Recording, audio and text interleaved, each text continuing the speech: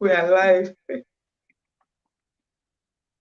Hello, everyone. Welcome to today's live session. So, guys, we are beginning today's live with this update.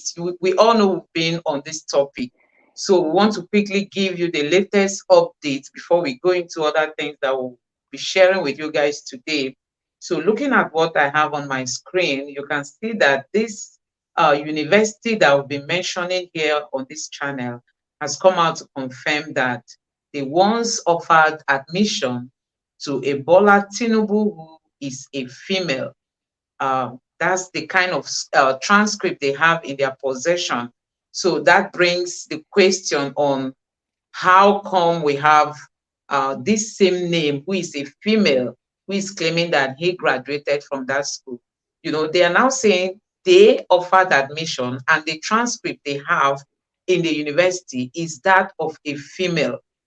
So I will let Dr. Talk come in here to like analyze to us because like you can see, the court has also reserved judgment. Let Doctor just break down some of these things so that we understand it before we go to the next topic that we have. Doc, over to you, please. It's becoming, good evening, fellow Nigerians and all the well-wishers of Nigeria that always try to get heads up from us and a breakdown of the trending news, especially as it has to do with this struggle for a new Nigeria. The case in Chicago is becoming very, very interesting. The court has reserved judgment. He would have given judgment, the judge would have given judgment, but something came up. The lawyers of Chicago State University dropped the very big bombshell. They have admitted in court under oath that indeed, the transcript of the person that they gave admission is the transcript of a lady based on the document. Based on the document. That's number one. And more interestingly, why the judge backed off. The judge backed off because there were some slides I sent to you. You can begin to push the slides now. Why the judge backed off is because the judge learned that another court, the very first one, the slide number one, that another court had given Mike, yes. It says that the judge became confused after Chicago State University lawyer Michael Hayes confirmed that the school had indeed turned in records to Mr. Enahoro Eba in 2022. But insisted that Mr. Tinubu, the Nigerian president, was the one who attended and graduated from the school. But the information here, which is confusing to the judge, is that the lawyer is saying that a man attended the school, but the document with the university is a document of a female.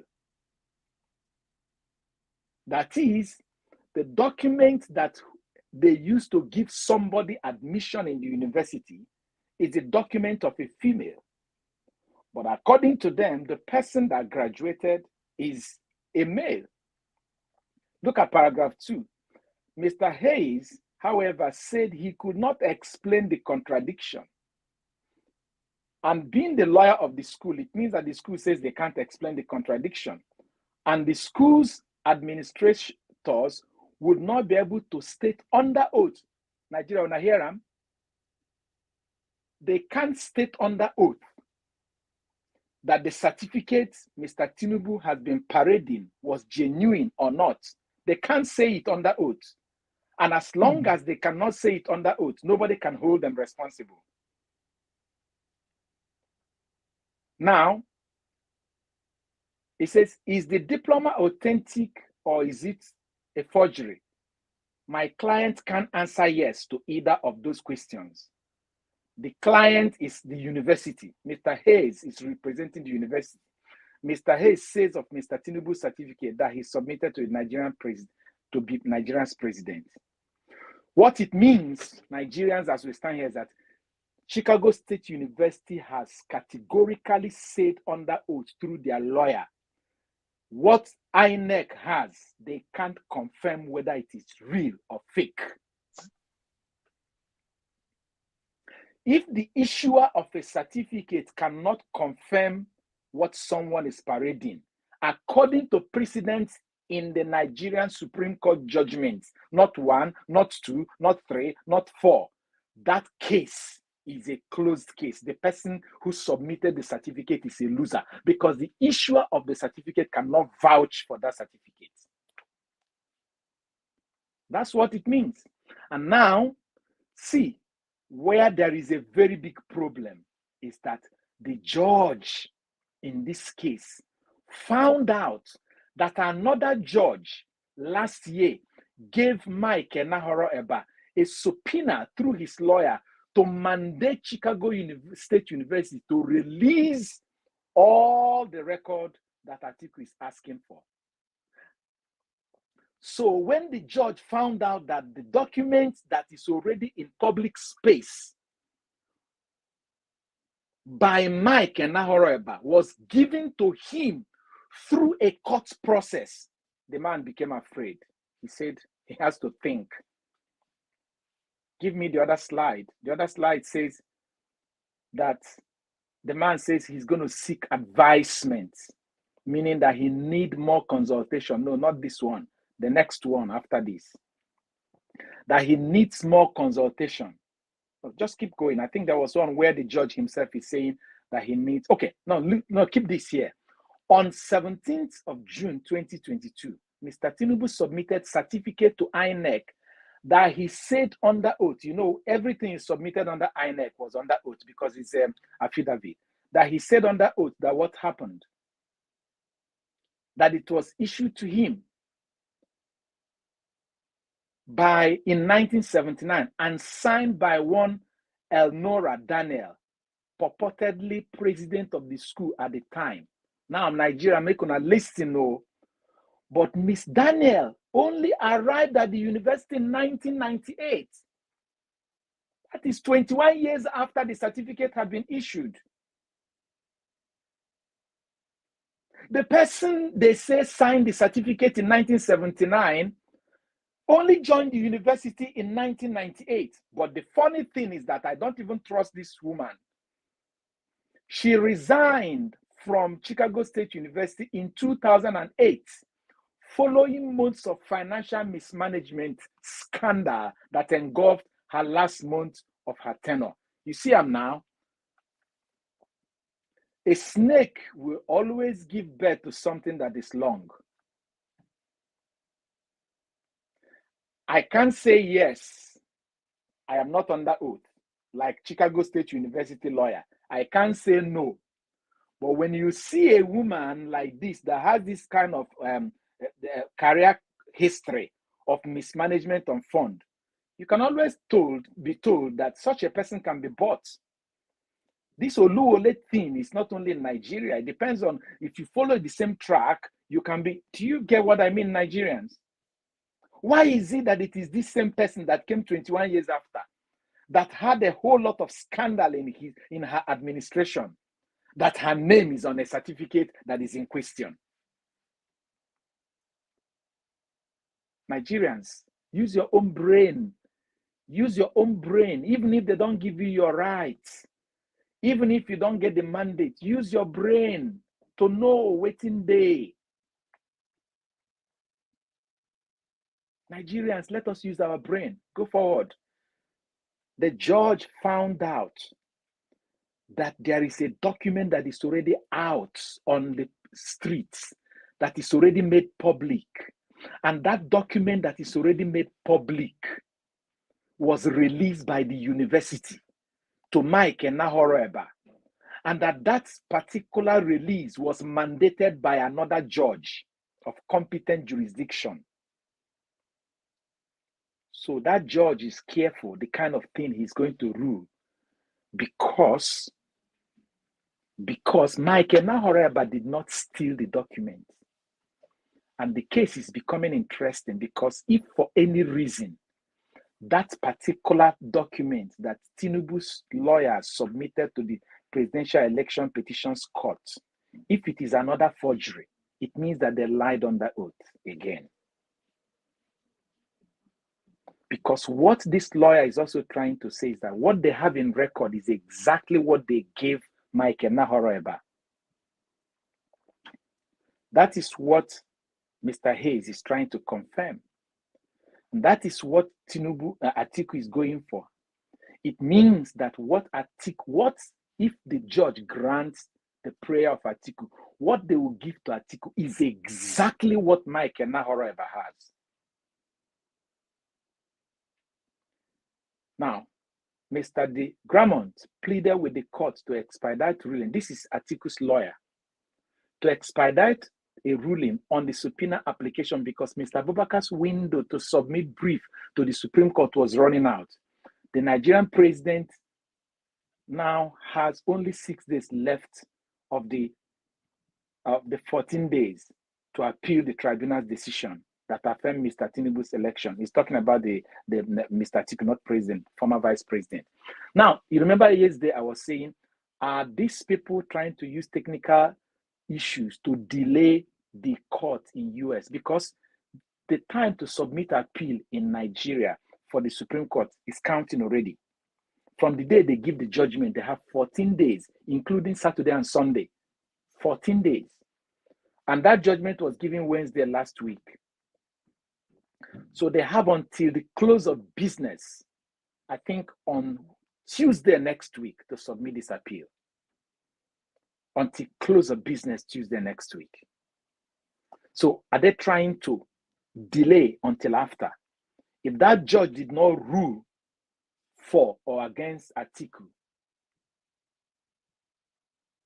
for or against Atiku's prayer on time, then that judge deliberately, technically deny Atiku something that will help him build his case. Do you understand what I mean? So that is the whole thing. So far, the judge is being careful because the judge knows that he can't act anyhow. There is, Mike Nahoroeba has already choked them by going ahead when they were not suspecting to get a court affidavit, to get a court subpoena, to mandate the university to release this document to him. So he has it. If Chicago University gives anything that is not what they gave to him, Mike Nahoroeba can sue the university that they deceived him. And that his integrity and his practice is now in jeopardy because as an institution, they gave him a wrong document and he can sue Chicago University and make the amount of money that if he begins to throw people money on the body, the 200 million Nigerians will have enough. So I don't know how they are going to technically deny Atiku his prayer in the US. But another thing I am also thinking is that because our own judiciary is now politically charged up, I think all the Supreme Court judges are now studying the technical way to block both Atiku and P2B. I'm just being a conspiracy theorist here tonight. Forgive me, but I have my mind to think. See, this is what I'm imagining today. I'm imagining that some Supreme Court judges are going for some sort of private auditioning with the Attorney General and Minister of Justice, whom you know was the counsel to the respondent in the appeal court, Presidential Election Petitions Court. And what are they auditioning for? They're auditioning for the person who has more technical jargons to knock off the appeal in the Supreme Court. And when they finish their audition, the Attorney General will say, okay, I like your own. I like your own. Meanwhile, remember that these are the Supreme Court judges whom this guy used to say, your Lord, your Lord. Now he's their minister. And they are doing, this is a conspiracy theory that I'm building in my head. I didn't read it from anywhere, but I'm just thinking. And then when he's done auditioning them, there are going to be 7 of them that he will pick. He will send the name to the chief judge of the federation and say, these people is who I need in the panel. Okay? And then when they come to the panel, they will now pull what they have already auditioned before their honorable minister and use it to block off P2B and to block off Atiku Abubakar. And tell us that we don't have a case.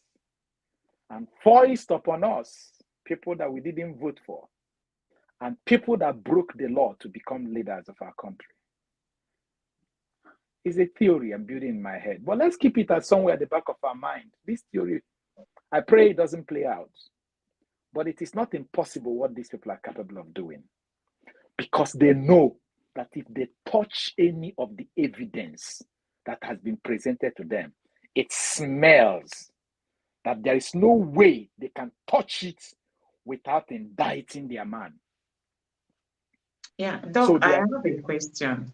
My question right. is, what if they avoid touching this topic at all? Because it appears that was what played out at the tribunal. It appears they didn't even say anything because I can't remember hearing anything as regards to this forgery or submitting a wrong certificate. I didn't hear anything from the tribunal. I don't know if they said anything. Please, if you have any information about that. So assuming that the tribunal judges just intentionally decide to avoid touching it and then getting to the Supreme Court does the same thing. They just like skip this particular topic now and then give their verdict because their verdict is going to be final. Nobody can appeal it.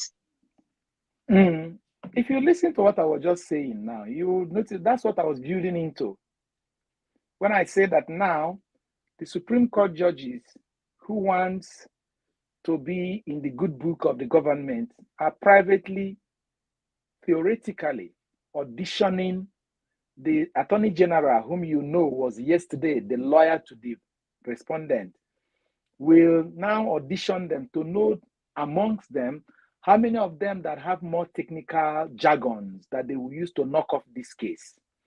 And the best 7 he will select. He will forward the best 7 through a back channel to the Chief Justice of this federation, who will inaugurate the panel. Okay? And then the panel will be inaugurated and they will sit and do what they have assured the government they will do. That's why I said, so they will now foist on us people we didn't vote and people who broke the law. We didn't vote them 1 and they broke the law 2. But it is nice that Nigerians know it. That will not deter us from pushing out to the public domain what is already happening so that Nigerians will know. It took a man like P2B to bring us to the point of this awareness, this awakening, this verification. That's what you're doing. P2B used that word, go and verify. We have been verifying and we have found out the rots in our system that our granddaddies and daddies we are looking up to, that they are dirtier than we can imagine. Many of them, not all of them. And that it is their rot that is destroying our politics. They are endangering the future of the young people. They are holding on to power as if they will live forever.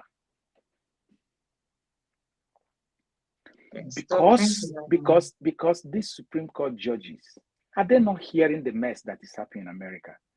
Let's put it this way. Let me put it straightforwardly. See what the appeal court judges did. Subpoena, I keep saying it here, people need to understand it. A subpoena must be signed by a judge. And you cannot take the subpoena that is signed, like in that hearing, by another judge to another court. It is that court that is sitting, that judge that is sitting that will sign it and say, I am handling a case.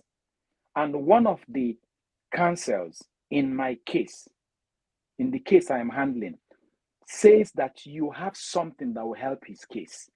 And because we believe in the principle of equity, fair judgment, I am using my authority as a judge to command you to bring this particular piece of information that you have which a petitioner or a respondent in the case that I am handling says that he or she needs. That is what a subpoena means. Meaning that the person you're mandating to bring that might actually not be willing. He's only doing it because if he doesn't do it, he breaks the law. It means that subpoena couldn't have been issued unless that court, the panel that sat in that court, had been inaugurated. Michael Nahoro Eba was brought in by Atiku under subpoena. The judges decided not to touch it, saying that he should have uploaded it with the petition. Which petition? The judges had not even been selected when the petition was submitted. The judges were selected on the basis of the fact that there is a petition they need to treat. Yet they blatantly avoided it because they know that what Mike and Nahoro Eba had came through a legal, law-fulfilled process. And yet they looked at the law in the face, turned it upside down, and knocked it out. And the likes of Robert Clark, a man that something tells me is either in his late 70s or 80s, or even in the early 90s, sat down with a national television and did not mention that. You see why I'm blaming the elders? A man like Robert Clark sat down and said that Labour Party is talking the issue of law, without remembering that indeed what Labour Party is saying is the truth, that the Electoral Act was not abided by, that the judges decided to go and use Electoral Act 2011 to judge this case instead of Electoral Act 2022.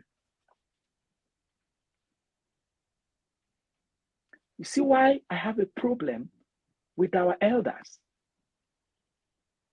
You see also why I have a problem with our national televisions, who will bring lawyers like Robert Clark and be asking him, what do you think? What do you think? Why not print in their slide the sections of the law that INEC refused to obey and that the judges avoided, and put it in the face of those lawyers and say, tell us, explain this section of the law for us. What does that mean? You see why I have problem with our media too. Majority, in fact, almost all of them, they're just interested on who will come and play advert and give them money. You see?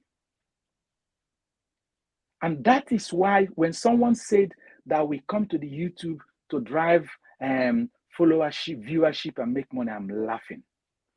We on the YouTube these days are the authentic, organic, genuine, well-researched broadcasters. You had better take what we're telling you, because we don't have any other interest than to see good governance. If we're going to get corrupt, at least not now. We don't have anything to corrupt us than to give you the real news. I have spoken on platform upon platform. A lot of people think that I am a lawyer. I have to tell them I am not a lawyer. It's just that I am a scholar. Yes, I've read. I am well read. And thanks be to God. The doctor in my name is not honorary. I didn't buy it. I paid the price for it. And I was equipped on how to research information. If I didn't get anything from that training, I got ability to research, to read in between lines, to know when someone is lying, whether the person is a judge or not. And I can tell you that our appeal court judges were bought over. If I meet them on the street, if I see them on the plane, if I come into their office, I can look them in the face and say, Honorable Judge, explain to me Section 137 of the Electoral Act. Explain to me Section 48 of the INEC regulation. Explain to me Section 47 of the Electoral Act. Explain to me Section 63 and 65 and 60. All these things were the new amendments of 2011 that appeared in 2022. They avoided all of them. and they threw out the case.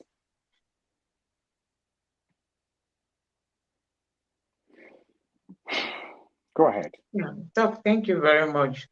So, guys, we all know that so many Nigerians have been looking forward to seeing those who were with our sitting president during his school days. I mean, his classmates and all that.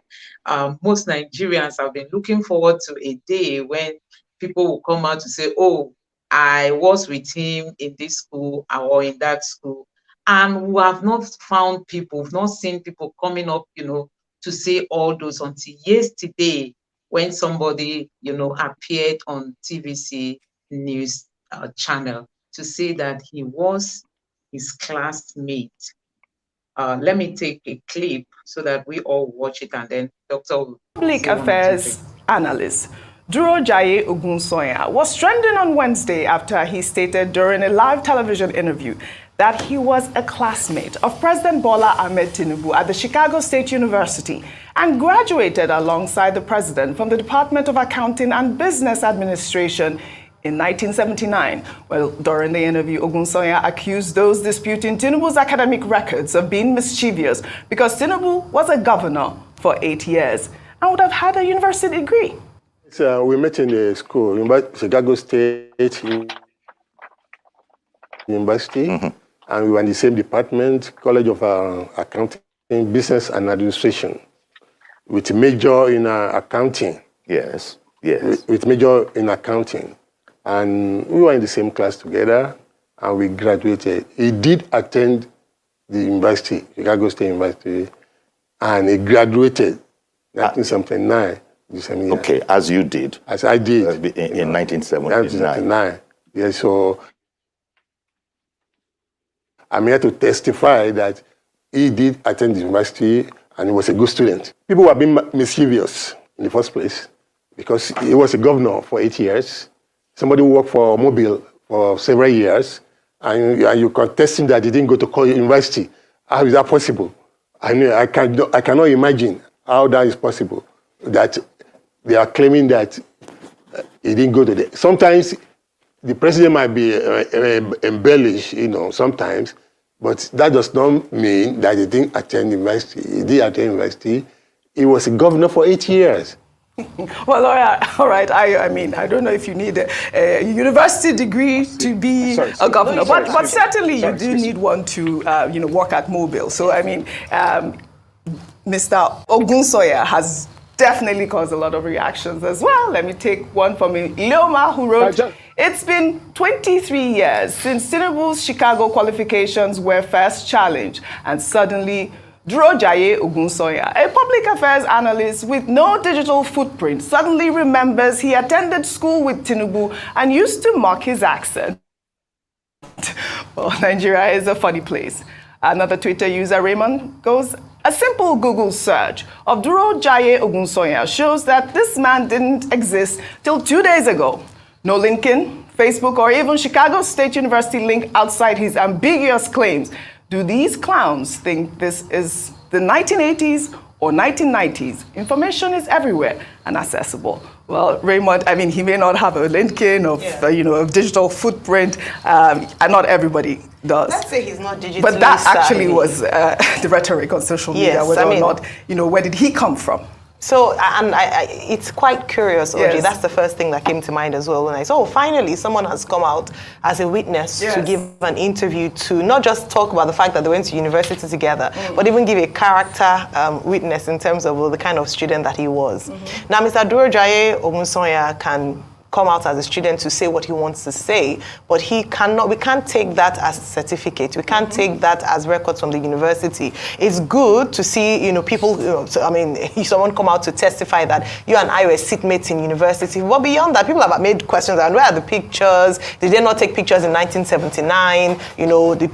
Do we not have records again? Why is Chicago State University, not being very forthcoming with regards to information? Yes, they've said, we had to to go, Atiku Abubakar has gone to court to try and get them to release information with regards to the educational qualifications of President Bola Tinubu. But this has to go down as one of the most controversial in terms of the credentials of a president in Nigeria. I mean, we have cases like this often, but this is quite interesting. And I think just to put the matter to rest, certificate, show us evidence of the fact that you went to university. And by the way, the fact that you worked in a certain organization doesn't mean, I'm sure some people will know of Oluyole, where they have said, so it's not Oluwole. Well, that shows I don't patronize their services. Oluyole is in Ibadan. Where you print fake certificates. Yeah, so I'm just saying that. That's not all these things. Just give us the real. That's what Nigerians just want to know the truth. And let me go to what Professor Shoyinka said, because that's why I'm quite, as a young person in Nigeria. Professor Shoyinka, as a citizen, is well with. Let's talk. Then we move on. I like what's her name again? The lady in Ayo. I like Ayo's summary. Just bury this case. Show us the certificate. Show us the certificate. That's all. That's all. But back to Duro Jaiye. Okay. First of all, he went to TVC. Who owns TVC? He went to TVC. Of all the news media, he went to TVC. How much did they pay him? And he used the word testify. He said he came to testify. That's a weighty word. Why didn't he ask the petitioners, the respondents, to invite him to the court to testify under oath? He decided to go and testify in a radio show. He should have gone to the court to testify. Thirdly, because of the importance of this case, I thought that Duro Jaiye would have come and say, he's my classmate, and here is my certificate, so that we can compare the logo on his certificate, because it is the same person that issued his own certificate that must have issued the certificate in question, because they graduated the same year. Let him give us let Duro Jaiye, who is now testifying, let him testify with his certificate, so that we can see the certificate Mr. Duro Jaiye is parading, whether it is the same design with the one with INEC, whether 3 people signed it like the one with INEC, whether the logo is all those lines like the one with INEC, because they graduated the same year. So the certificate must have been signed by the same person, the same dates, the same signature, the same fonts. And he sat down there swinging in the chair, saying he's testifying. Is that how people testify? Let him show us his certificate. We don't want picture. You know why we don't want picture? I've said it on this platform and in many platforms. I started the MBA in the University of Nigeria, Enugu campus. I didn't finish. Many of my classmates today thought that I finished. They probably will swear that I finished because I was brilliant. I helped many of them explain certain topics to them, like management, finance, and investing in capital market. As I'm looking at this place, I can see one of the books that I bought when I was in UNEC, written by Professor Okafor, who later became the Vice Chancellor of Odumegwu Ojukwu University in Anambra State. Is on investment finance. I have the book. So if I bring a book now that I bought from Professor Okafor, who was my lecturer, does that make me a graduate of MBA in University of Nigeria, Nsukka? The answer is no. If you go to the record, you could even see there that I did my assignment, I did my exams. I just didn't submit my final dissertation, and when I had to, I felt like, look, I prefer to something more, and I traveled overseas and I started master's degree afresh. Finished my master's degree afresh in London and then moved on to start my PhD. So I'm not a dropout. I dropped forward. I didn't drop out. I dropped in, you know. But the thing is this, whereas I have classmates, whereas I attended lectures, whereas I even sat for exams in UNEC, I did not graduate as an MBA student. The only thing that can prove that I've graduated is if I have a certificate to show it. Mr. Durojaye, did you graduate? If you graduated since 1999, this case has been there. Why haven't you come to defend your classmates? And why haven't you mentioned any other classmate of yours? Are two of you the only people in that university that year? Mr. Durojaye, how far now? How much then give you? Nigerians, I don't know if I'm making sense, but continue. People say there is something interesting that they're still saying on that topic. Let's continue with this video. I just don't want to lose my line of thoughts. In his rights to decide to choose or support a particular political party. Yes. However, I believe because of his status as a statesman, a lot of people would expect that he would be he will be non-partisan to at least a very large extent. I don't know what this obsession with Mr. Peter Obi and the Labour Party and the obedience is with Professor Wole Soyinka. What really occurred? Why is he so... Don't forget that there's a first runner up in the person of Atiku Abubakar. They're not talking about him. He's the third place position who seems to go their ox such that their press statements, what is really going on? And so I just say that in terms of that, he has a right to his opinion. But I also think lastly, it is unfair to paint the obedient movement, which has been praised in many ways for changing the political landscape of Nigeria in many ways, as being, just with really bad names, because in most movements, they're extremists. But you cannot base an entire movement on the extreme few and say that all of the obedience are extreme. I don't agree with that. I know you wanted to make a comment on I have a lot to say. Oji, that time will not permit me. That's the problem with what's trending. Hey, yeah. Welcome back again. At first, let us start. Okay. I think, like Ayo said, it is wrong to paint the obedient movements. There are other people of a certain political party that harass people too. In fact, I had a taste of my own. It's just because I didn't take the case up. When people from this known political party harassed me in an elevator in Transcorp Hotel in Abuja. Sorry about that, Rufai. I guess they harassed me in an elevator. So when people say all sorts about the obedient movement, and constantly, if you go check my social media, they're constantly casting aspersions and saying all sorts of stupid things. If it's not somebody I have a very strong mental strength. You do, Rufai. Yes. You do. Every single day I'm being abused. So when people say it's the obedient movement, we don't tell the truth in this country. And that's why the country... a whole movement. So that's why the country has become a grand scene of Badwe and GBT. And concerning what Professor, he has a right to say whatever he wants to say, but please, let's be balanced for the sake of God. The real Badwe in all of this election is INEC that promised something and didn't do it. Yeah.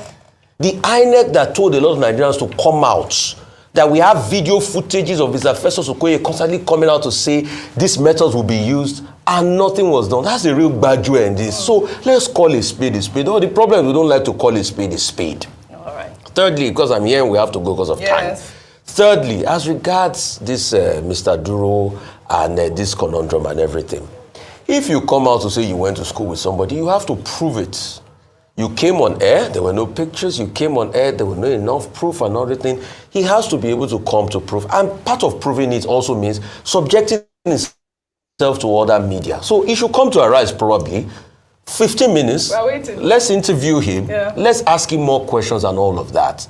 And I'm sure he also knows that there's a case currently going on in the court as regards, and let me go back to it, as regards a subpoena by Nauru Eba. That case has now come out to light again. That petition that we are seeing, and that petition is out there, because some characters said all sorts of lies and shenanigans. So, you see, let's just tell the truth. The truth will set all of us free. Right. The last time, 23 years ago, when this case came up, it was the State House of Assembly that helped quell the tide of the case. Now it's back up again. Let's just full disclosure. I just wanted to quickly clarify that petition that was up there. It was on September 8th, response from CSU to Atiku. Can we? Okay, good. That's fine. Now, I am happy that these guys in the media here, they echoed our thoughts. What we're just saying. I am glad the way the guy, what's his name, Rufai, mentioned it. Why go to TVC alone?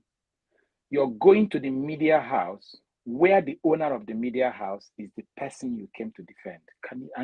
Do these people even reason? This media house is owned by the man you went to defend. They probably came to pick him from his house with the man's car and took him to the man's restaurant to eat, to come and defend him. And like they were saying here, they say obedient this, obedient that. It's true. Obedient are the only people that have behaved themselves. If you talk against them in the media, are we not the obedient? Okay, this thing we are saying is the problem, or that is the problem the old people have with us, because we are telling them the truth to their face.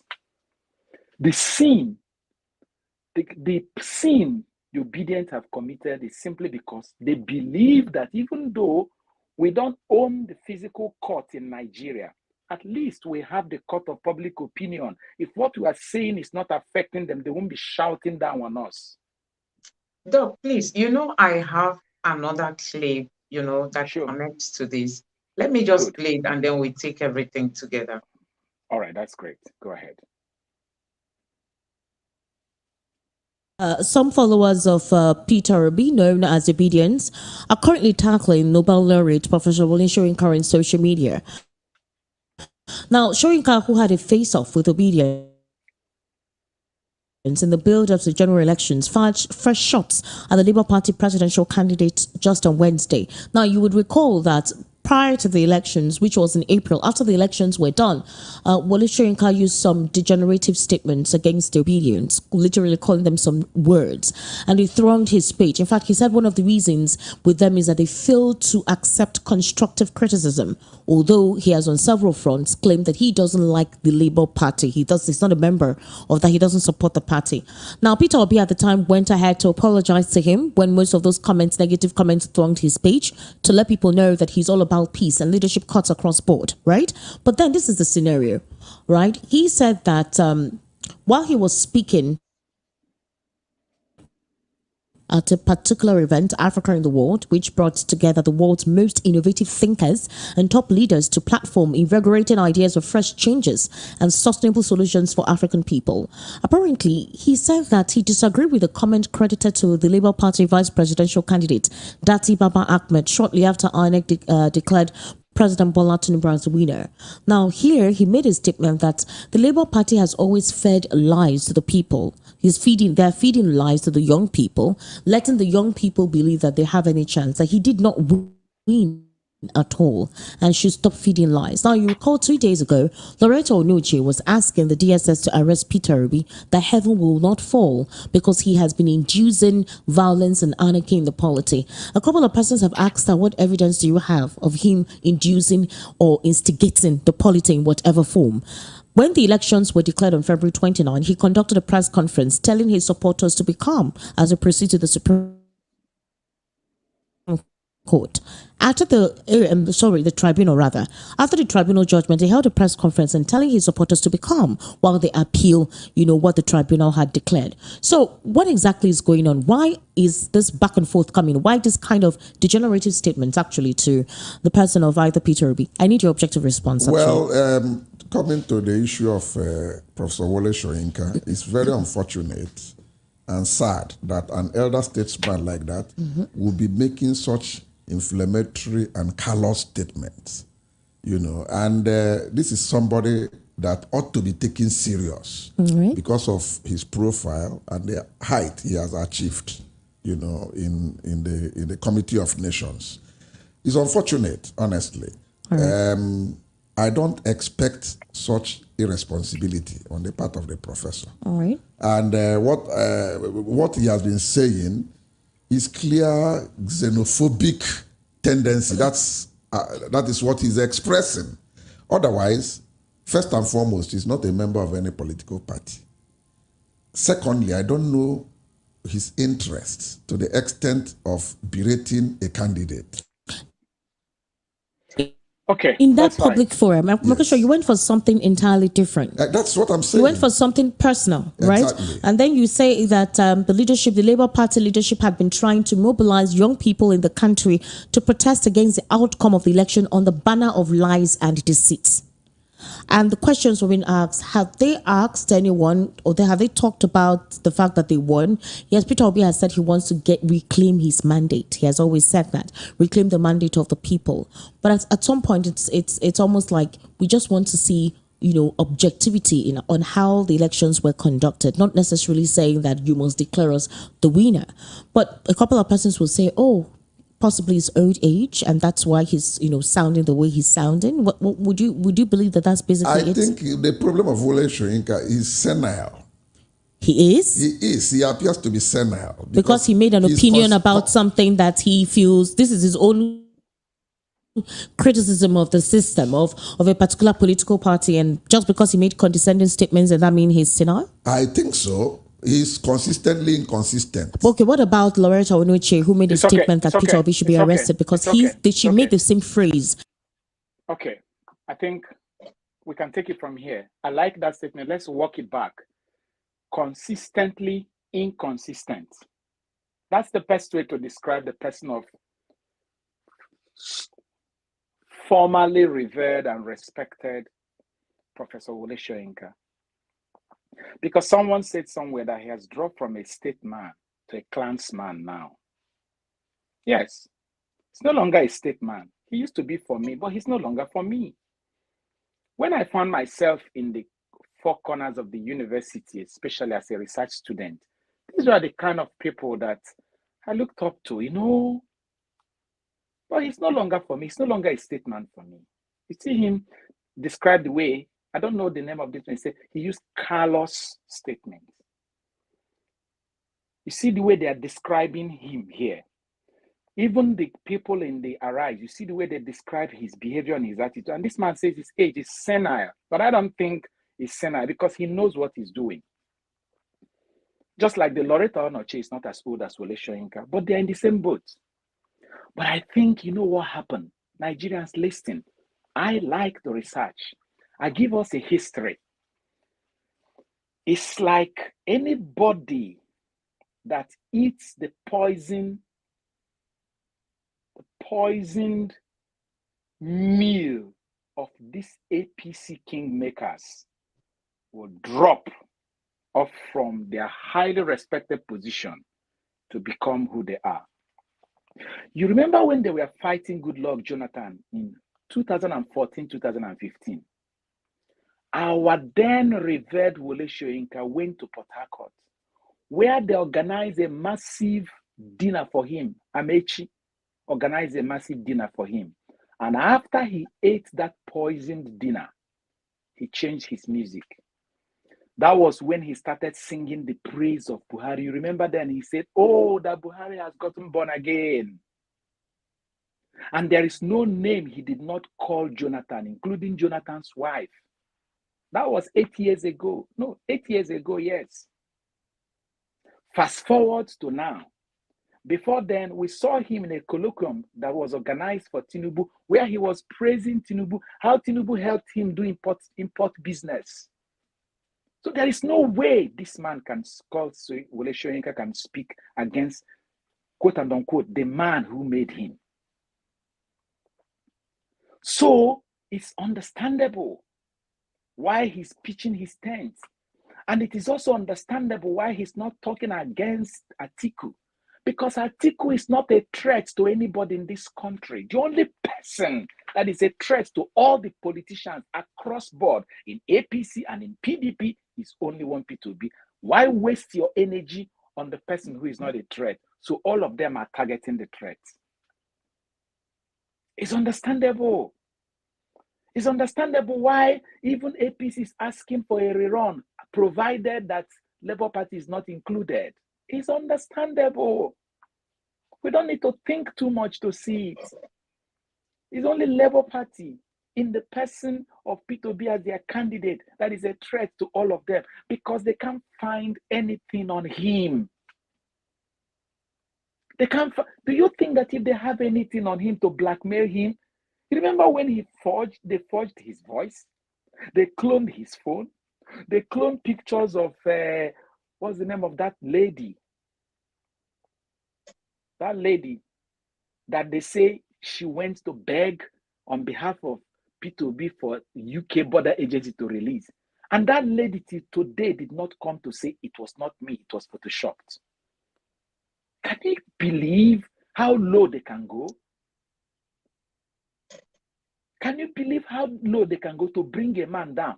Yet, the more they do whatever they do, it's like they didn't know that they are helping to spring the man up more. His value is increasing, whilst theirs are decreasing. So it's understandable. And now, Soyinka went to South Africa for a different thing altogether. But the moment Obi is mentioned, he's so body, he begins to feel like someone they injected with some poison. It's like that name, P2B, in connection with Labour Party, gives him high blood pressure. Please, let him take it easy and be alive. We want more old people to be around, but not old people that is going to be causing problem in the polity. You know? So, I mean, just take a look at it. He said that he can categorically say that P2B won. Categorically, oh, how? He had his own agent.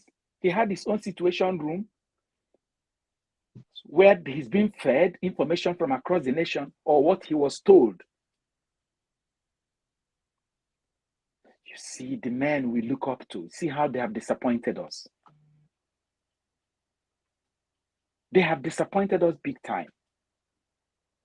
And that's why Nigerians, we need to sustain this challenge. What we are doing is affecting them. We are letting them know that Nigeria is ours and it cannot continue like this. On this note, I say, wonderful Nigerians, good night. Let's draw it to a curtain here. Thank you so much for hanging in with us. Yeah, so thank you very, very much for your thoughts this evening. Yes, fellow Nigerians, we just have to know that even if Mr. Peter Obi goes to the Supreme Court and he was denied justice, just know that Peter Obi has helped Nigerians to be informed, especially when it comes to politics. And also, he has helped to expose some of the rots that we didn't even know existed in our system. Honestly, look at what happened in our judiciary, I mean the tribunal, when they handed over their judgment. So many important issues that they had the opportunity to address were not addressed. And, you know, those of them that they even touched, they like, you know, just turn everything upside down for them to say Abuja now is like a state and tell us that the for future does not make sense because he was not directly involved. There were so many things, but, you know, all these things are like, you know, exposing the kind of people we have as our judges and what is happening in our judiciary. So we are just hoping that the Supreme Court finds it needful to handle these issues very well so that they will correct some of these mistakes that have all been made at the tribunal level. Let all these things be corrected so that Nigeria can move forward. So guys, at this point, we want to say a very big thank you for joining us in today's live session. Thank you very, very much. We appreciate your presence. Please don't forget to like this video. Just help us to click that like button so that YouTube can recommend it for more people to watch, and support us by subscribing to this channel and turn on the notification bell for more uploads. I really want to say a very big thank you for being a part of today's live program. God bless you and have a very good night's sleep. Bye. Doc, thank you very much for your contributions. Good night. Thanks, everybody. Have a good night rest. Thank you. I appreciate it. Great.